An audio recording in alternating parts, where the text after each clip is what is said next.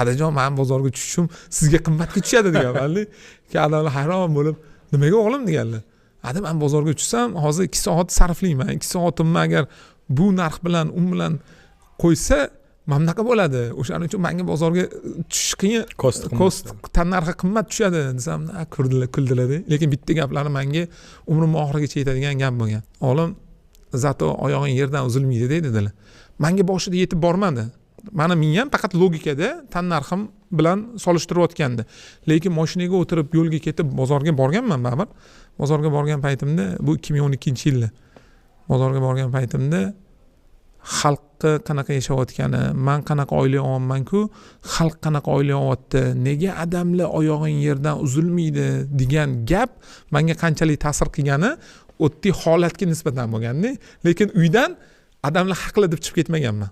Men faqat logikada nega baribir majburlab bozorga tushirib